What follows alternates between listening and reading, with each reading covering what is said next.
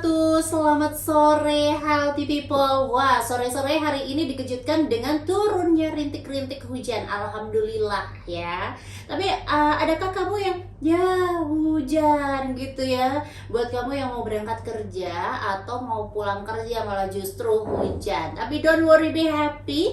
Di hari Selasa, slow-slownya Dino kalau orang Jawa bilang, kita ketemu lagi di podcast Sehati ya. Sehat bersama Rumah Sakit UII. Wah, kali ini ada spesial apa ya? Sore-sore hujan untuk pertama kalinya bisa menjadi lebih berkat yang luar biasa. Di 3 bulan lagi kita mau menjelang akhir tahun. Wow, ada apa aja ya yang baru dari Rumah Sakit UII? Betul? Sudah bisa? Siap. Mancing suaranya biar ini dong ya. Oke, karena kali ini aku tidak sendiri, selalu didampingi oleh narasumber-narasumber terkecehnya Rumah Sakit UII, Dr. Imam Marzuki, spesialis KFR. Nah, apa tuh KFR? Adanya spesialis anak, gitu ya, spesialis obgyn. Ini kok kayak baru ya? Apa KFR? Assalamualaikum Dr. Imam. Waalaikumsalam warahmatullahi wabarakatuh, Mbak Nuni. Oke, Kita memang sudah temenan kok ya, Mbak ya. Oh iya, udah temenan. Kita udah chattingan ya, Dok. Tapi belum kopi darat ya, belum ngopi ya kita ya. Dr. Imam Marzuki, spesialis KFR. Mau tahu dan kepo banget, KFR apa, Dok? Ya.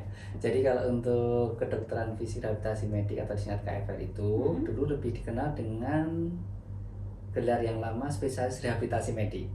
Oke. Kemudian kita ada ya pembaruan lah biar ada keren dikit ya, gitu ya. Kan ada gimana nya gitu lah ya.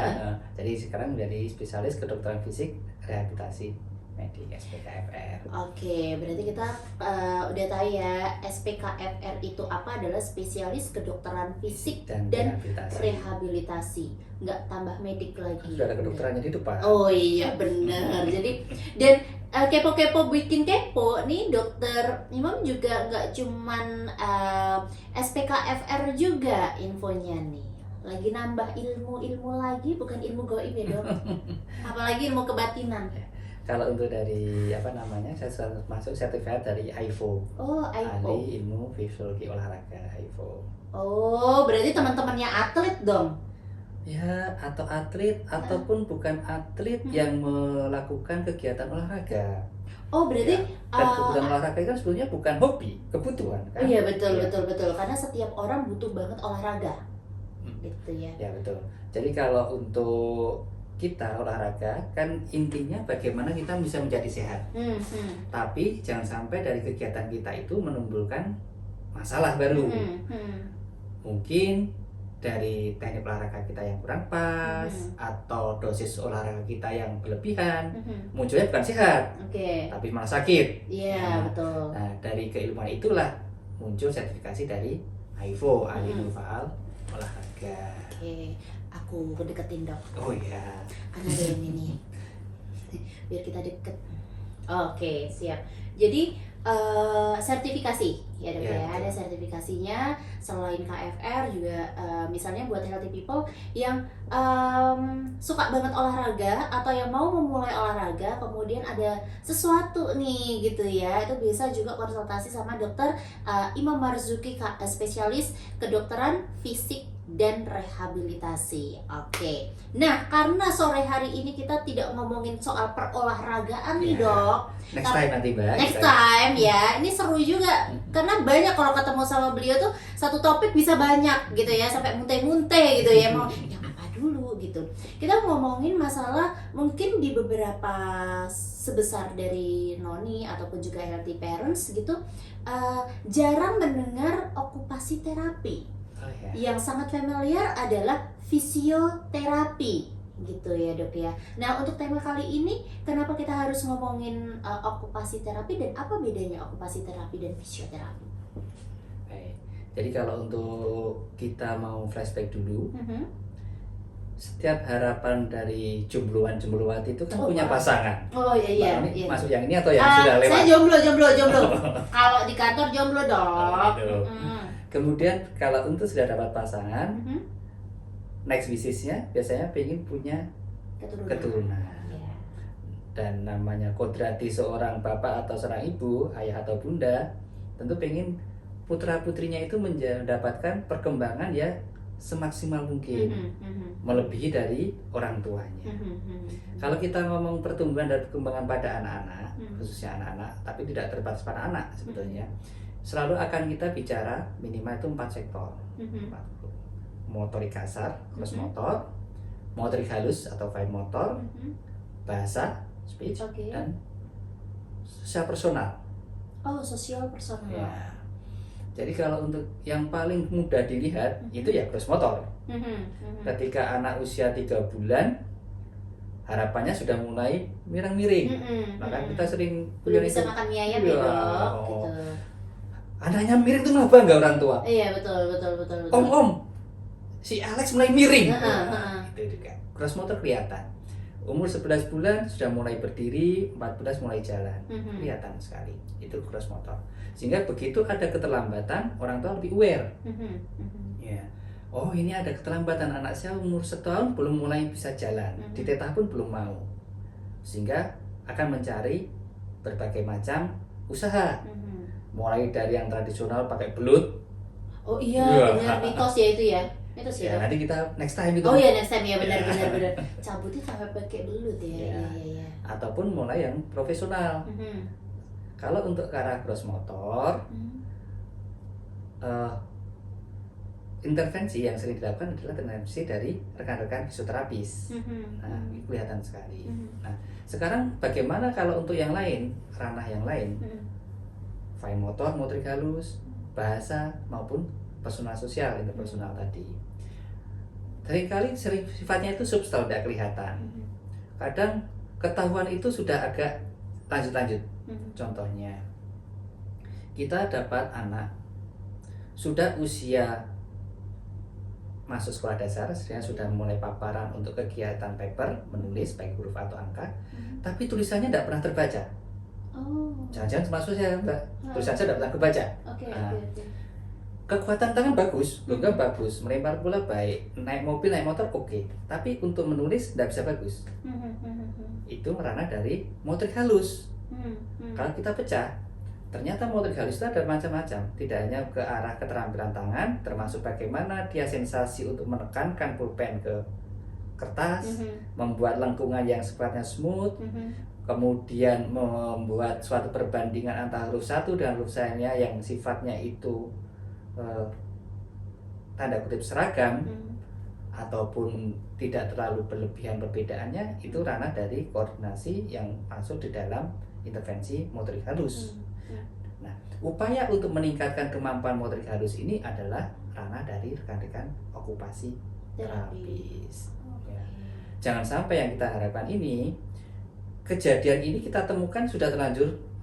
Seperti saya sekarang lulusan sudah kayak gini, memperbaiki sebenarnya bisa, tapi effortnya jauh lebih besar. Oh, tapi sayangnya malah justru keluhan-keluhan itu disadari oleh sebagian besar orang tua itu terlambat. Ya. Contoh yang sederhana yang lainnya, yang sifatnya peran dari okupasi terapis dengan terapis integrasi ataupun motorik halusnya itu ketika anak-anak masuk usia persiapan kemandirian atau ADL. Kita lihat untuk anak-anak mulai memakai baju sendiri itu kan usia kurang lebih 3-4 tahun. Di situ ada keterampilan, tidak hanya kekuatan tangan untuk memasukkan tangan ke dalam baju, tapi motorik halus untuk mengancingkan, sequencing, urutannya apa, ya. Bahkan untuk kanan kiri itu juga ranah dari terapi okupasi terapi. Ya.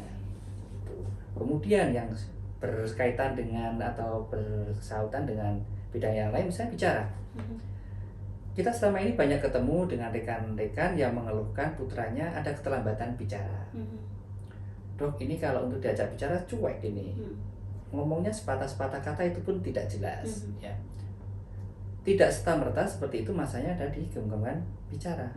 Di tes pendengaran, pera, hasilnya normal. Organ bicara, mulut, lidah, tenggorokan, langit-langit normal. Tapi tidak bisa bicara. Ternyata apa? Bahwa kita bicara itu sebetulnya belajarnya dari apa? Mendengarkan orang lain berbicara bersuara. Oke. Kemudian kalau sudah mendengarkan, baru dia akan berusaha untuk memahami, menirukan, dan mengucapkan, membentuk sintaksis kalimat. Ketika anak tidak mampu untuk memperhatikan dengan jumlah waktu yang mencukupi, ya kemampuan dia untuk menyerap informasi ataupun belajar bicara jadi terhambat. Meskipun itu melewati media gadget, Dok. Ya, cuman nanti akan kita diskusi lebih lanjut seberapa efektif stimulasi gadget dibanding dengan stimulasi langsung. Itu Mbak Nuni. Jadi ada okupasi terapi itu sebetulnya sesuatu yang sifatnya substal, bisa terlibat pada banyak kemampuan kita, tapi tidak serta-merta bisa terlihat, berbeda dengan motorik kasar. Ya. Contoh yang sederhana gini. Ini saya kan diminta Mbak Noni pakai ini headset nih. Ya. Anak-anak dengan kemampuan sensorik yang terlalu oversensitif tidak akan mau menggunakan headset ini, tidak nyaman. Berarti kalau dia nanti tidak nyaman dengan headset, tidak nyaman dengan benda di telinga, mungkin dia tidak akan bisa jadi YouTuber atau vlogger seperti ini. Ya, apalagi penyiar radio. Iya.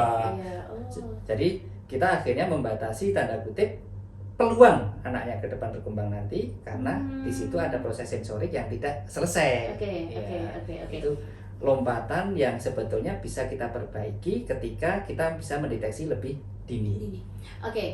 Siapa saja sih Dok yang perlu melakukan terapi okupasi terapi ini? Apakah dari kita berbicara bahwa kalau anak-anak itu seperti apa permasalahannya yang harus banyak disadari oleh orang tua? Oh, ini ternyata aku harus berkunjung ke dokter imam nih. Oh, aku harus konsultasi nih ke dokter spesialis anak. Nah, itu seperti apa Dok case-nya? Kalau untuk dalam tahapan-tahapan perkembangan, kita selalu ngajunya bagaimana kita mengacu kepada kebanyakan perkembangan yang normal. Normal itu kan yang tercapai pada sebagian besar anak. Contohnya ketika anak usia 6 bulan belum melakukan perkembangan bahasa babbling, ya, ngoceh, berarti kita harus analisa nih. Kenapa ini kok belum babbling? Ya. Jadi tidak serta-merta anak belum bisa belajar babbling terus kita cari a. Baca dulu permasalahannya apa. Di situ ranah dari dokter spesialis kedokteran rehabilitasi maupun dokter anak untuk mencari sumbernya. Ada apa gitu ya? Jangan-jangan tadi memang ada masalah di pendengaran. Ya, misalnya ada anak dengan deafness, fungsi pendengarannya tidak normal. Normal kita kan bisa mendengarkan minimal dalam 30 desibel. Ya. Dan kebetulan kalau di rumah sakit kita kan ada pemeriksaan BERA, bisa dilakukan, atau OAE betul. Sehingga di situ kita harus masa dari organiknya dipastikan tidak ada dulu. Kalau organiknya bisa mendengar, ya tanda kutip pendengar, ambang pendengarnya bagus, orang mendengar itu kan karena ketertarikan, namanya awareness terhadap auditorik. Ada yang dengar tapi cuek, ada yang dengar memperhatikan. Banyak tuh Dok, ya. Kayak gitu. Tergantung dari siapa yang memanggil. Oh iya, kalau mantan yang manggil biasanya pada enggak ya. Dokter ada mantan. Coba kalau untuk bapak-bapak gitu, begitu ringtone WA bunyi gitu, wear-nya tinggi. Amerika gitu, pura-pura cuek. Iya, laki-laki bukannya seperti itu Dok. Loh, semua laki-laki kan? Enggak semua laki-laki kalau dokter imam sih. Oke, lanjut Dok. Nah, sehingga kalau untuk tadi kita pastikan bahwa tidak ada gangguan secara organiknya, pendengarannya normal, berarti kita akan masa ke bawahnya. Apakah anak ini respon terhadap auditoriknya, terhadap suaranya itu mencukupi? Atau kalau kita bandingkan dengan kebanyakan disebut dengan normal, dalam batas normal. Input sensorik seorang termasuk bayi itu kan banyak sumber. Dari penglihatan, visual, dari auditorik pendengaran, dari taktil pada kulit, dari gerakan atau kinestetik. Ada anak-anak yang sangat dominan pada yang dilihat. Visual ya berarti. Visual. Sehingga kalau untuk visualnya itu sangat-sangat dominan, auditoriknya jadi turun. Oh, okay. Kalau untuk yang kita harapkan semuanya tinggi. Betul, ya, betul. Tapi namanya keseimbangan itu selalu akan ada naik, mesti ada turun. Meskipun itu kita berbicara pada pasien-pasien tanpa indikasi tertentu, Dok. Betul. Oh. Hanya saja untuk proporsinya itu ada proporsi yang masih bisa ditolerir, ya, ada yang memang harus diintervensi, ya. Yang bisa ditolerir misalnya gini, ada tipe anak yang memang banyak visual, sehingga pola belajar yang kedepannya nanti kalau kita bisa identifikasi lebih banyak dia akan membaca. Kemudian kalau untuk menulis pun dia akan sambil menggambar, mewarnai, mencoret-coret di buku textbook agar dia bisa melihat. Ada anak yang tipenya auditorik dominan, membaca tidak terlalu suka, tapi kalau di kelas dia mendengarkan, dia paham kok. Oh, nah ini yang mesti healthy parents juga menyadari ya, keunikan masing-masing dari buah hati. Ada yang kok tiap belajar nih bocah nggak gambar, ternyata tadi Dokter Imam sampaikan bahwa ada kekhususan atau ketertarikan pada apa Dok bahasanya, sistem sensoriknya itu. Nah, ketika itu proporsinya masih bisa ditolerir atau yang sistem sensorik lainnya tidak terabaikan, tidak masalah.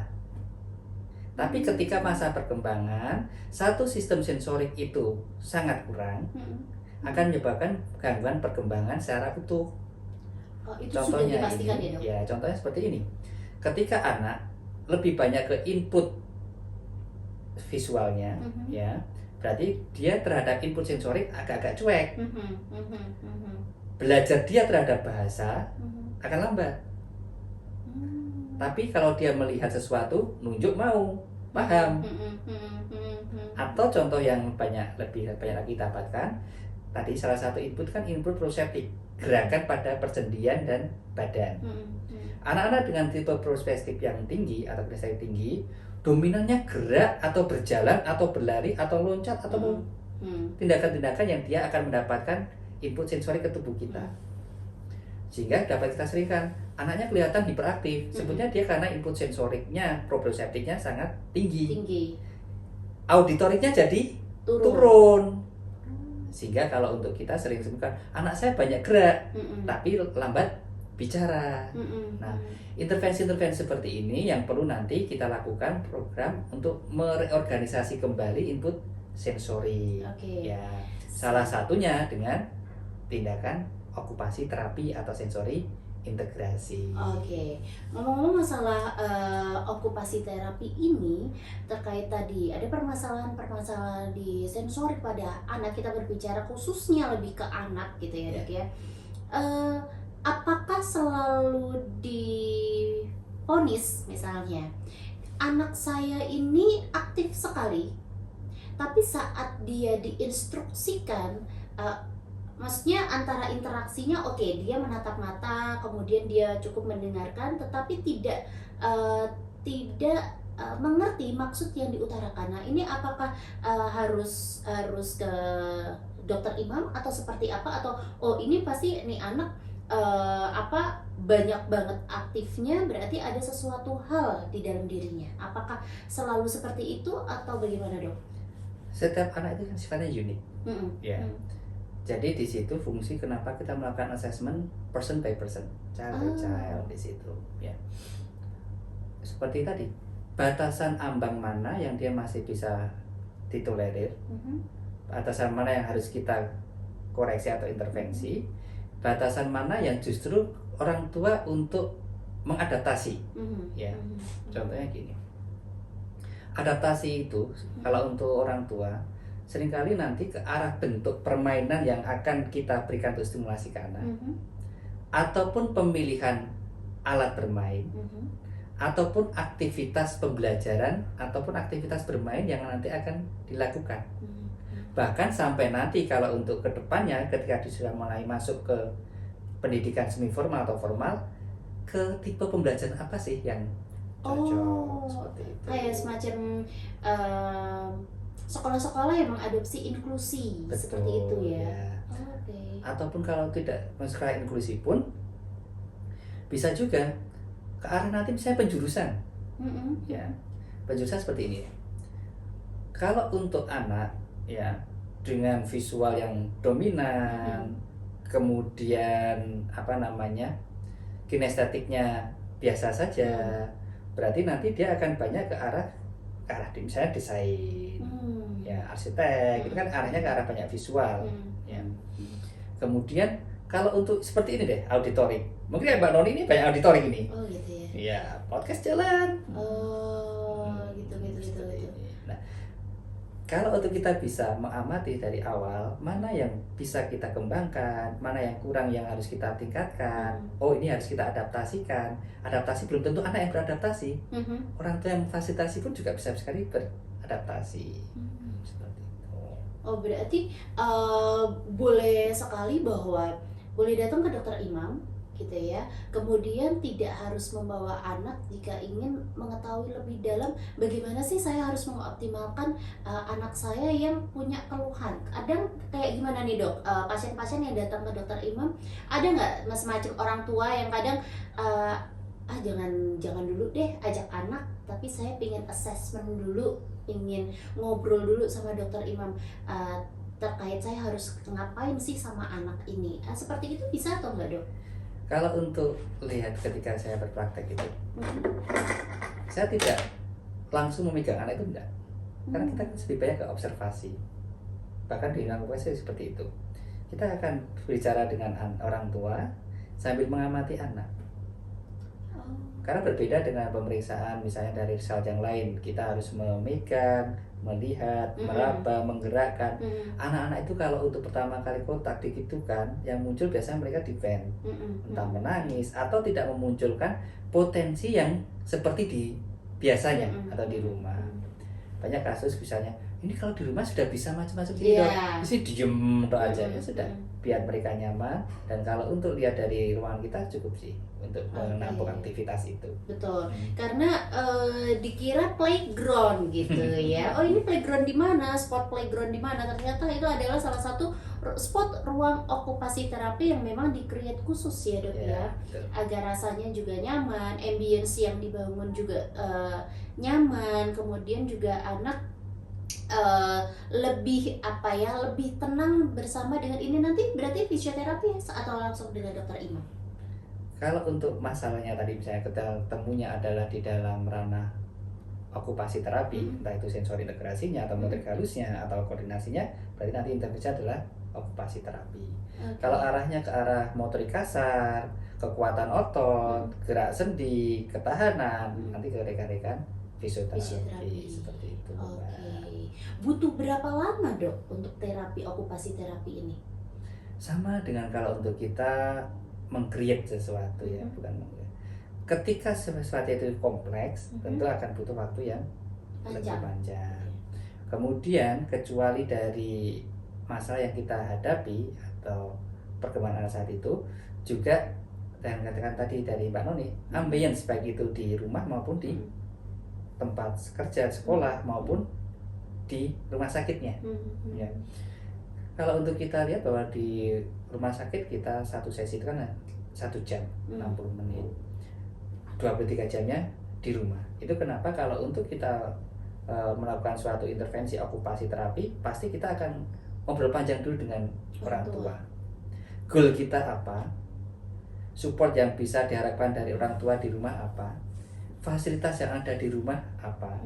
Waktu yang tersedia untuk orang tua bagi anak dalam sehari berapa? Kemudian untuk golden time ketika anak dan orang tua ketemu ini jam-jam berapa ini? Seperti itu. Jadi asesmennya tidak hanya keluhan pada anak seperti apa, tetapi ini adalah kompleks sekali ya gitu, luas sekali, dan sampai dengan kebiasaan dua arah ya dok, saya lihat. Betul. Ya orang tuanya juga harus terbuka, dan juga kebiasaan-kebiasaan si anak ini harus juga di share ke dokter Imam gitu ya. Dokter, kalau pasien yang sudah melakukan okupasi terapi di rumah sakit UI itu lebih ke arah mana dokter? Yang terbanyaknya, dan usia berapa sih? Dalam mengerjakan praktek ini yang banyak kita dapatkan pada anak-anak yang terapi okupasi itu anak-anak dengan speech delay, keterlambatan bicara. Banyak ya? Iya betul. seperti yang sampaikan tadi, bahwa speech delay itu kalau untuk kita pecah belum tentu masalahnya di dalam bicara langsung. Ya. Ternyata salah satunya adalah ke non awareness-nya atau kekurang sadaran anak terhadap suara atau bunyi. Yang kembali ke sistem sensori integrasi tadi. Sehingga okupasi terapi biasanya kita jalankan dulu. Oke, baik. Kemudian tadi Mbak Noni,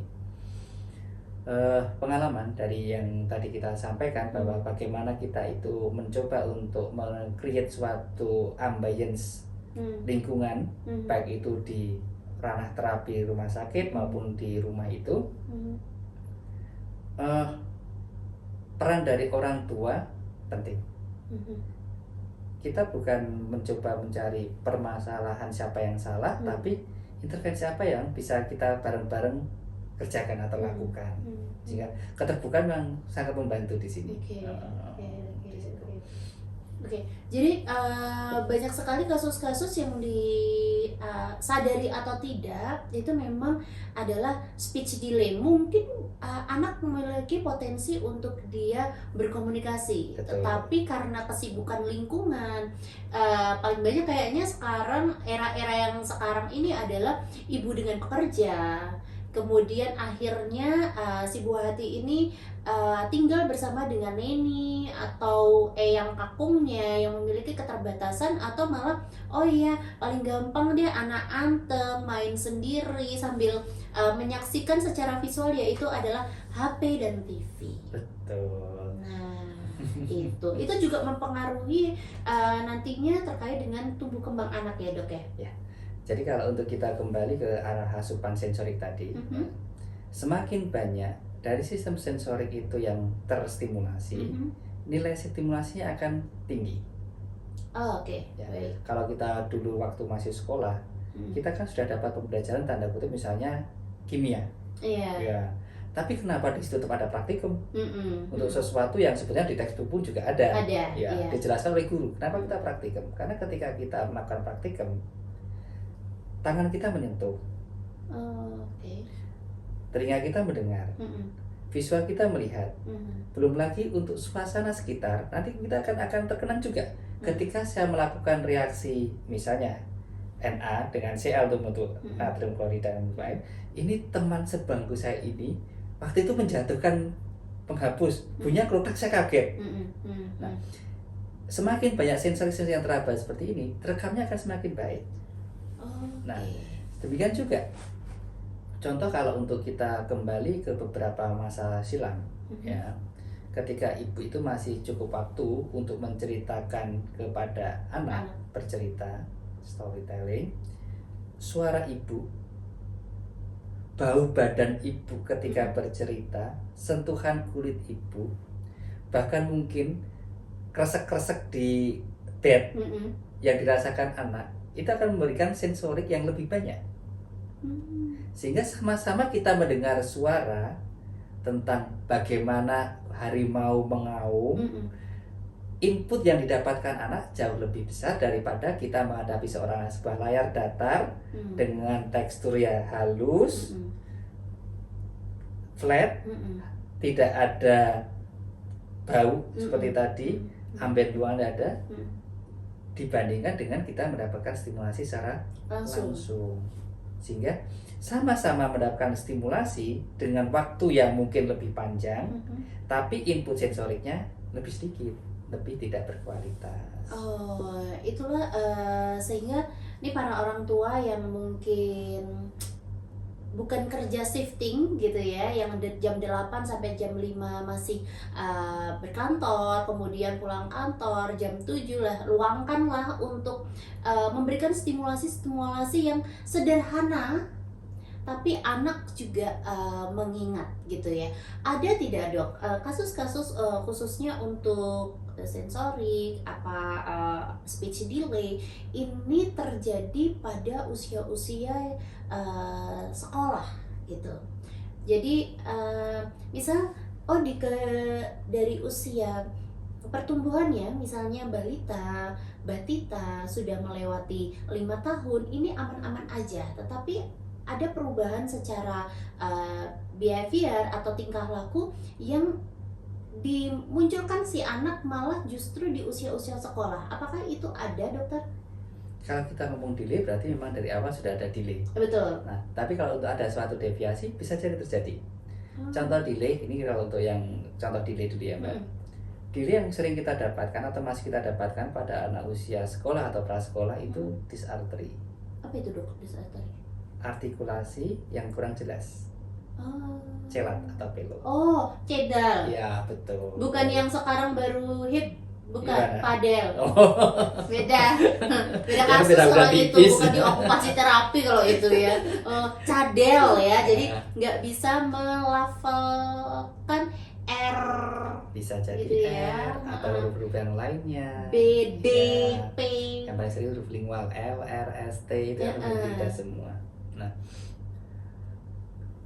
ada tren enggak apa-apa toh nanti juga akan jadi English speaker. Ya itu British ya. Tapi Kok betul juga ayo? untuk Gitu seperti ya. itu akan menjadi handicap bagi seorang anak. Kalau seandainya dia bisa British speaking, oke. Tapi kalau untuk bahasa Indonesianya juga fasih juga akan menjadi nilai plus seperti itu. Nah, salah satu penyebab delay pada anak-anak dengan dysarthria ini tadi atau cadel ya Mbak ya. Cadel dok, cadel. Beda lagi nanti candil dok. Oh, cadel. Itu rocker nanti ya. Banyak loh, hati-hati loh nih Ya. dokter Imam nih ya. Nah, Cadel, salah cadel. satunya itu kan karena gerakan lidah yang kurang lentur atau kurang baik. Bisa karena memang faktor anatomis tali lidahnya pendek. Ya. Jadi kalau untuk kita minta menjulurkan lidahnya jadi terbelah tengah karena ada pita di bawah lidah yang pendek. Ya. Itu juga kalau bisa dideteksi lebih dini bisa dilakukan tindakan bedah mulut ringan. Oh Ya. iya, lip tea. Ya, tongue tie. Tongue tie. Ya, betul. Oke. Tongue tie. Oh itu jadi kendala juga ya dok ya? Ya, betul. Itu secara anatomis. Tapi juga bisa tidak ada tongue tie, tapi gerakan lidahnya tidak terampil. Dan itu bisa jadi karena kebiasaan atau intervensi kita orang tua yang kurang pas. Salah satunya adalah shifting dari makanan lembek menjadi makanan padat. Oh ternyata pertambahan usia dilihat dari faktor makanan, transisi makanan ini juga bisa mempengaruhi mempengaruhi ke juga. depannya. Lidah kan untuk organ bicara dan organ mengeluarkan atau mengunyah itu ada beberapa kesamaan, mulai dari bibir, lidah, tenggorokan, langit-langit itu semua berperan untuk baik itu mengucapkan bahasa artikulasi maupun dengan fungsi mengunyah. Ketika anak yang mengalami kendala pada fungsi mengunyahnya, salah satunya karena kita telat untuk memberikan shifting makanan dari cair ke padat atau dari padat ke kasar, fungsi lidahnya jadi kurang terampil. Bisa dimungkinkan karena fungsi lidah yang kurang terampil tadi, artikulasi-artikulasi yang berhubungan dengan lidah tadi saya sampaikan huruf lingual, terutama untuk L, R, S, T bisa jadi terganggu. Untuk L, lidah kan harus bisa ke atas sampai ke langit-langit ke ujung. R, ujung menyentuh tipis dengan bergetar. S ke depan, T menjulur maksimal ke depan. Ketika lidahnya pendek ataupun di situ kaku, ya itu tidak akan terlalu jelas. Oke. Kalau kebiasaan mengemut makanan, apakah itu menjadi salah satu faktor akan terjadi tadi dok cadel-cadel atau permasalahan dalam artikulasi? Mengemut sendiri sudah bermasalah. Mengemut sendiri, tidak usah komunikasi dari mengemut sendiri. Ya, contohnya gini, kita kalau untuk makan ya, makan padat itu kan ada fase dari menggigit, betul, kemudian mengunyah, menelan, ya, biting, chewing, glutation atau swallowing. Nah, anak-anak dengan mengunyah yang kurang pas, bisa durasi yang lama atau di mood, atau terlalu singkat, baru 1-2 kali kenyang ditelan, itu ada juga yang seperti itu, akan menyebabkan permasalahan. Bisa nutrisinya jadi tidak terpenuhi. Kalau ngunyahnya lama itu udah capek duluan, makanya harusnya setengah piring hanya dapat seperempat piring selesai, karena udah lama, entah capek ngunyahnya atau capek yang nyuapi. Iya. Udah gitu ya. Sudah. Belum lagi ke arah nanti perkembangan oral higienis. Mengemut yang terlalu lama akan menyebabkan resiko terjadi karies yang lebih tinggi seperti itu. Nah, bisa jadi masalahnya di input sensornya lagi.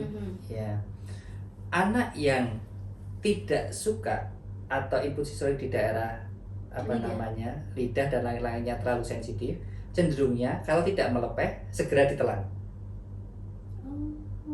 Kan dia tidak nyaman. Itu ya. Ada yang baru gini langsung atau cepet-cepetan dia telan karena tidak nyaman.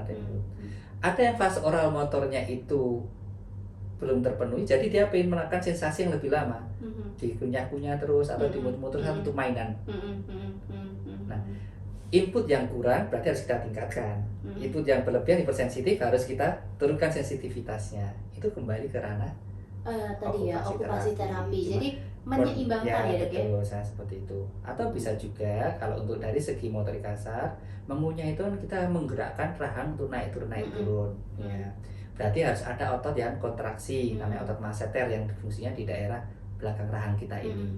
Ketika otot masseternya itu masih lembek, kekuatannya kurang, ya tidak akan mau mengunyah panjang, dimuto. Nah, itu nanti ranah dari teman-teman fisioterapi untuk melakukan stimulasi di daerah penguatan otot masseter, atau teman-teman dari terapi bicara untuk facial massage.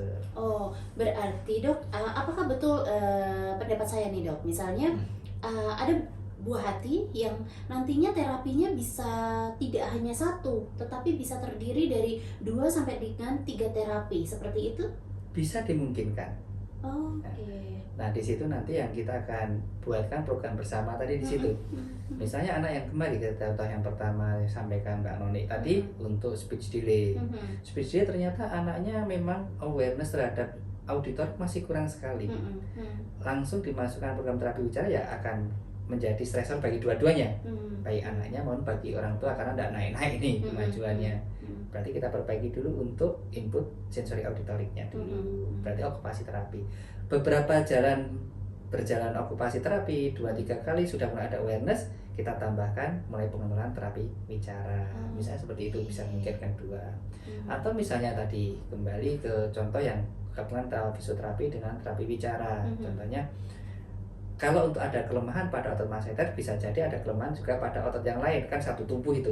Ya, misalnya ternyata anak juga ada keterlambatan jalan, itu ranah fisioterapi, sambil nanti kemampuan menelan mengunyahnya kita perbaiki dengan terapi bicara. Bisa juga itu berkebalikan, contohnya anak ini kelemahan pada kakinya kenapa? Ternyata karena nutrisinya kurang. Kenapa nutrisinya kurang? Lah mengunyahnya aja tidak mau. Perbaiki untuk oral motornya, makannya bagus, nutrisinya terpenuhi, kekuatan otot kakinya meningkat. Jadi tidak hanya serta-merta memang pada sensorik motorik ya Dok, jadi hanya keseluruhan di rehabilitasi medik atau di fisioterapi khususnya di okupasi ini, semua olah gerak tubuh dari fungsi dari apa ya Dok, gerak dan juga organ atau ini bisa dianalisa di situ. Di situ. Sehingga kalau untuk saya sampaikan Mbak Nuni, kalau untuk kita masuk ke dalam ranah tumbuh kembang anak atau ranah rehabilitasi pediatrik, pasti kita akan berkaitan banyak dengan pediatrik sosial. Itu apa tuh? Contohnya tadi, salah satu fungsi perubahan ke arah personal sosial. Setelah personal sosial, dia akan terjadi perkembangan dengan interpersonal dengan teman-teman yang lain. Baik itu ketika anak prasekolah dengan teman-temannya, dengan siblingnya, dengan saudaranya, atau ketika nanti sudah di sekolah dengan teman sekolah atau dengan gurunya. Nah, bagaimana kita bisa mengoptimalkan kondisi adik untuk berkembang maksimal dengan kehidupan di sekolah, itu ranah dari pediatrik sosial. Di situ kita tidak akan bekerja sendiri, akan ada sejawat dari psikolog, sejawat dari dokter anak, dokter HT bila mana memungkinkan atau diperlukan, dokter mata bisa jadi. Misalnya anak dengan gangguan visus, ya. Gangguan visus, misalnya dengan dari awal sudah ada silindris, berarti akan terjadi gangguan mata pada sudut tertentu. Seringkali kompensasi anak apa? Mencoba untuk menengklengkan wajah, mencari titik yang paling nyaman bagi dia. Iya. Atau kalau enggak ngecurang gini ya dok? Ya betul. Dengan menengklengkan, postur tubuh misalkan berubah. Biasanya dari lehernya dulu. Keluhannya anak mungkin tidak mengeluhkan mata, ngeluhkannya pegel-pegel di sini, pulang sekolah selalu pegel-pegel di sini mah, tak ada sini. Ternyata begitu nanti dievaluasi dokter mata memang ada sini, di sini saya perbaiki untuk yang imbalance ototnya dinormalisasi kembali, baik fungsinya. Oh, jadi kayak ini ya, keluhan belum tentu keluhan itu berdiri sendiri, seperti contohnya migrain. Betul. Ya, orang pasti kecenderungan, aduh migrain nih, banyak faktor. Ternyata dari dokter saraf biasanya selalu tanya, giginya ada yang berlubang nggak? Ya, kayak nggak ada hubungannya gitu ya. Kayak apa sih, pusing sama gigi gitu ya. Kemudian mah juga, gastritis itu juga kebanyakan sih saraf ya, pusing kayak gitu. Giginya biasa ini nggak, kontrol nggak gitu. Jadi fisioterapi ini memang seperti itu ya dok ya. Ibaratnya beras nih ya, mau nyari sesuatu ya harus dipilah-pilah gitu ya. Karena harapan kita gitu, kita kan tidak melakukan semua intervensi satu waktu sekaligus, tapi mana yang paling memungkinkan, mempunyai nilai ungkit yang paling maksimal untuk anak. Selain itu diharapkan ketika nilai ungkitnya ini dapat, anak akan berkembang secara alamiah kembali. Oke, siap. Ini kita